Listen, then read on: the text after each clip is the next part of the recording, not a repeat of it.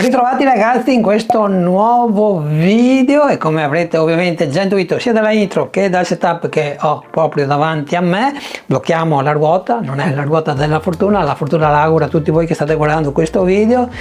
Non parleremo di fotografia di ritratto in questo video, tantomeno di caffè, di cialde che abbiamo appena utilizzato proprio per girare dei video B-roll utilizzando proprio questo strumento che ti voglio parlare oggi, questo spinning a 360 gradi, adatto non solo per la pubblicità commerciale, quindi creare video commerciali, ma anche potrai creare ovviamente dei video cinematici da inserire all'interno proprio dei video dedicati, quindi un prodotto che ritengo al giorno d'oggi molto utile, praticamente straconsigliato per tutti i video maker. Ok ragazzi, quindi seguimi con attenzione, ti farò ovviamente una recensione, ti dirò le cose più importanti secondo me che devi ovviamente sapere se vuoi acquistare questo prodotto, come è fatto, alcune cose che potrai fare sia in ambito pubblicitario sia per quanto riguarda il video cinematico. Ok ragazzi, piccola parentesi, perché porto questo video?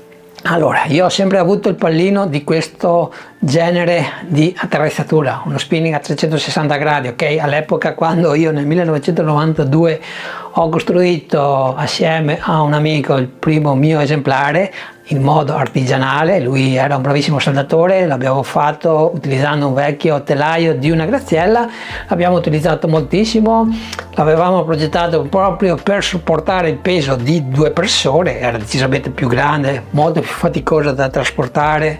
Diciamo che l'abbiamo utilizzato un po', ovviamente poi dal momento che era proprio pesante l'avevamo lasciato in garage, ok? Nel frattempo di acqua sotto i ponti ne è passata e adesso ho deciso di portarti sul canale questo prodotto proprio perché grazie proprio alla Digital Photo che mi ha dato la possibilità di testarlo, di provarlo, e dal momento che a me serve moltissimo, dal momento che mi occupo anche di video pubblicitari, ti faccio vedere alcune cose che possiamo fare. Quindi segui con attenzione questo video e vediamo se magari può servire anche a te. Bene ragazzi, allora a questo punto voglio farti vedere come si assembla questo spinning. Adesso non lo smonto dalla A alla Z perché sennò il video diventa troppo lungo. Comunque credimi, è un'operazione molto semplice. Io ci ho impiegato la prima volta 5 minuti, poco più, poco meno, e la seconda volta, dopo aver capito il procedimento, meno di 3 minuti. E questo è molto importante per chi vuole proprio utilizzare questo strumento molto importante al di fuori della propria abitazione, studio, portarlo con sé in location è una cosa decisamente fattibile dal momento che è facile, come ti dicevo, assemblarlo, ma io di solito lo porto già montato perché ha un peso di 12 kg, sì, non sono pochi, però non sono neppure tanti, tutto sommato è uno sforzo che vale la pena fare per il risultato che ci offre. Quindi detto questo, vediamo come si installa. Innanzitutto voglio ricordarti che trovi anche questo sfondo che ti danno loro, in questo caso te lo danno nero opaco e nero lucido, quindi è double fax. Se ti servono altri pannelli sempre di questo materiale in plexiglass, nei negozi di bricolage ne trovi moltissimi anche di altre dimensioni e di altri colori. Quindi per il procedimento che ti dicevo è molto semplice, adesso io non vado a smontarlo del tutto perché non ne vale la pena. Abbiamo questi 2 dischi, praticamente è come montare un tavolino, no?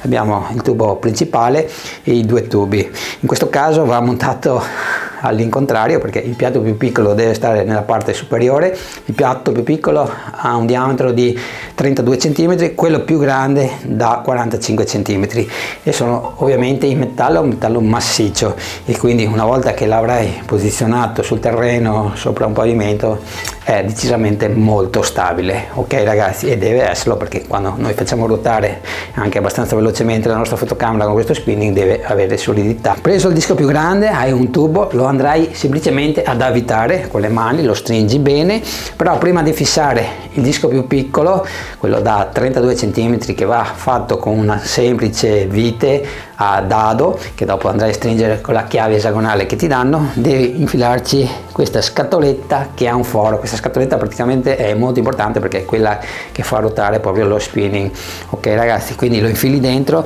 Dopo anche qui hai una vite che ovviamente andrai a fissare in base all'altezza che devi utilizzare, molto semplice. Dopodiché, come vedi, abbiamo 2 tubi in acciaio, sono lunghi 90 cm se ricordo bene, quindi poco meno di 1 metro, e vanno infilati proprio nei 2 fori che trovi, ok? Quindi apri la vite e dopo ci fai passare dentro questi 2 tubi. Questi tubi ovviamente sono importanti, li devi fare combaciare e dopodiché ci mette dentro i vari accessori. Allora, il primo accessorio te lo faccio vedere subito, lo installiamo, è quello per utilizzare gli sfondi, se vuoi farlo, perché ovviamente puoi utilizzare proprio questo spinning senza nessun sfondo. Praticamente apri le viti a uno scanso e ci metti il tuo sfondo tranquillamente, e ovviamente lo devi fissare con le due viti e lo stringi un po' in modo che non cada durante la rotazione. Andiamo a togliere. Altra cosa molto importante sono i pesi, per bilanciare proprio il peso della fotocamera.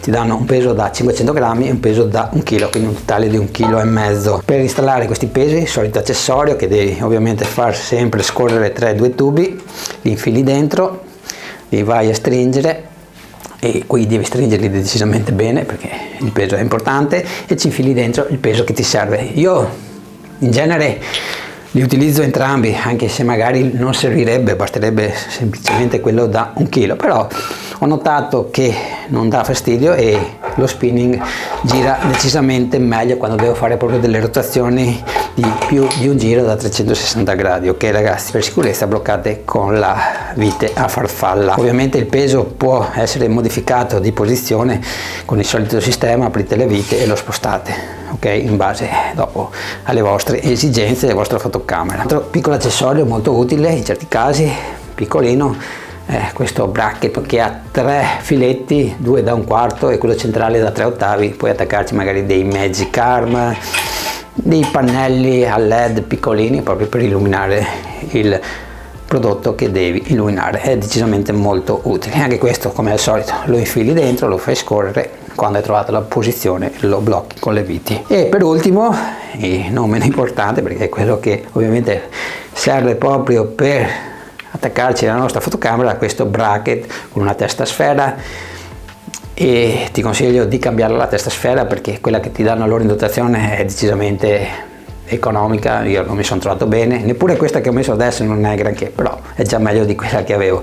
Comunque è una cosa che puoi ovviamente cambiare dal momento che ha un semplice filetto da 1/4. Praticamente il sistema è lo stesso, i due fori che ovviamente farai scorrere tra i due tubi. Abbiamo anche questa asta centrale, questo tubo che ovviamente potrai anche regolare in altezza proprio la fotocamera, ok? Molto importante per magari fare delle inquadrature diverse.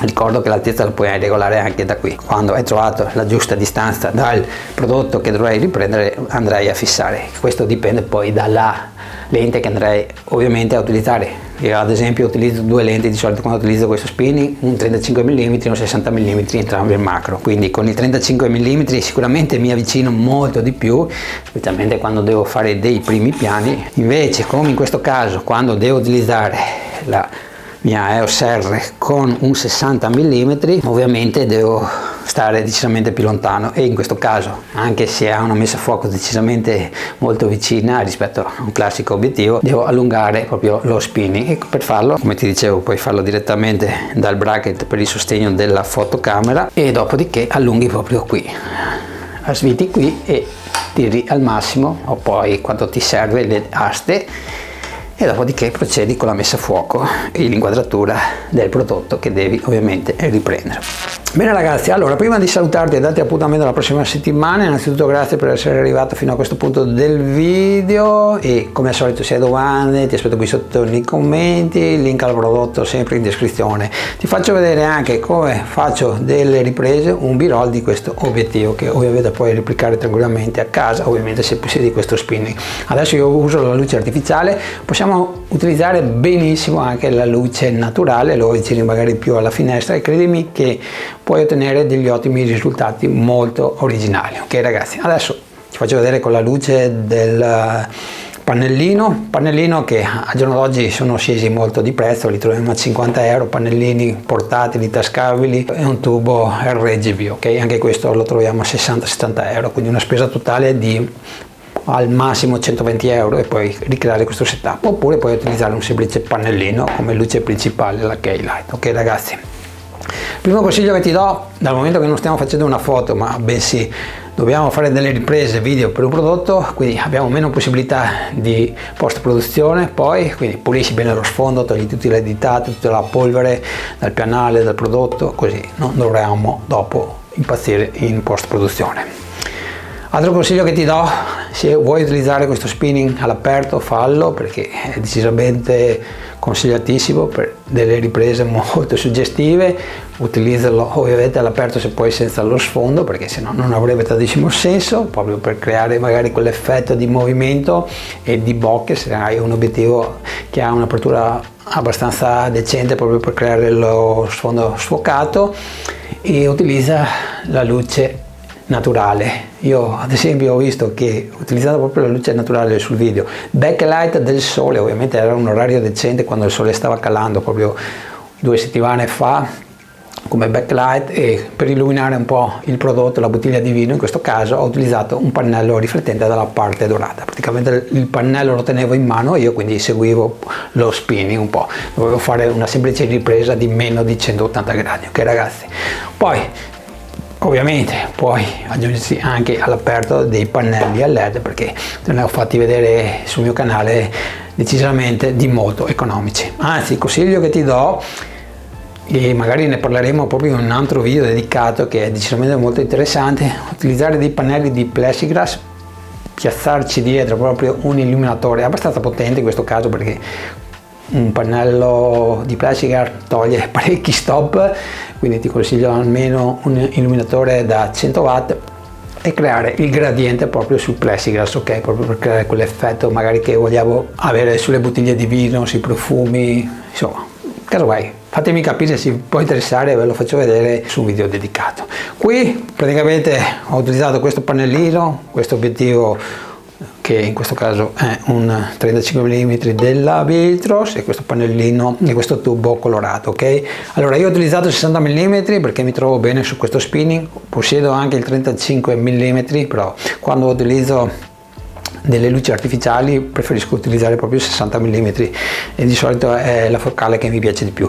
Possiedo anche 100 mm con attacco EF, non RF, e però su questo spinning lo utilizzo poco perché è decisamente troppo lungo, anche se lo allungo al massimo in orizzontale decisamente non mi serve praticamente a nulla. Se devo fare delle riprese in verticale per i social posso utilizzare anche 100 mm, però più o meno utilizzo sempre questo della Yongnuo, che tra l'altro lo consiglio molto per chi magari non vuole spendere tanti soldi, perché è un obiettivo macro, è manuale, però ha l'apertura dei diaframmi nel corpo macchina, quindi praticamente come un classico obiettivo automatico.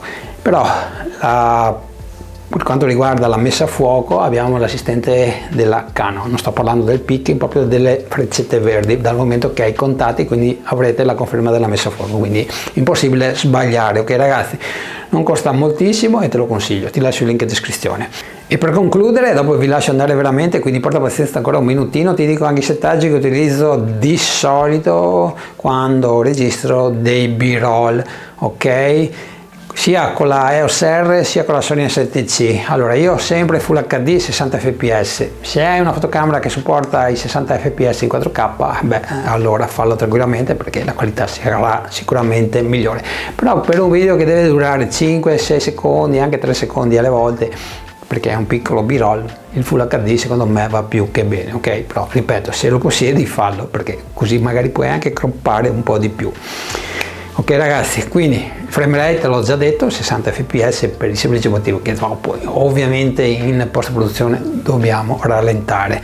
120 fps non lo utilizzo quasi mai, anche perché specialmente quando utilizziamo queste luci che sono sì potenti, però non è che fanno miracoli, quindi portare l'otturatore a un 250esimo dal momento che la serie come si dice, la tabellina, che se metti di fps un 120esimo il tempo di scatto deve essere il doppio, quindi un 250esimo, ecco che comincia a diventare un problemino per questi illuminatori. Quindi un 120esimo, questi illuminatori lavorano ancora bene, ok? 60 fps e puoi fare degli ottimi B-roll. Comunque spero che il concetto ti sia arrivato, comunque se hai problemi, non hai capito, ti aspetto qui sotto nei commenti. Chiudo qua il video, ringrazio la Digital Photo che mi ha permesso di provare questo spinning. Ci sono due cose che non mi sono piaciute, perché ovviamente non deve essere un prodotto per forza perfetto, perché me l'hanno fatto provare, e la testa decisamente pessima, brutta, io l'ho cambiata, anzi adesso devo cambiarla con un'altra decisamente migliore anche di questa, e il prezzo secondo me è un po' altino. se magari riesci a abbassarlo la digital photo magari ci farebbe più contenti, ok? Ok ragazzi, se il video vi è piaciuto ti invito a lasciare un like, se il video invece non ti è piaciuto lascia pure un dislike. Ti do però appuntamento alla prossima settimana dove torneremo quasi sicuramente a parlare di flash. Ciao e alla prossima!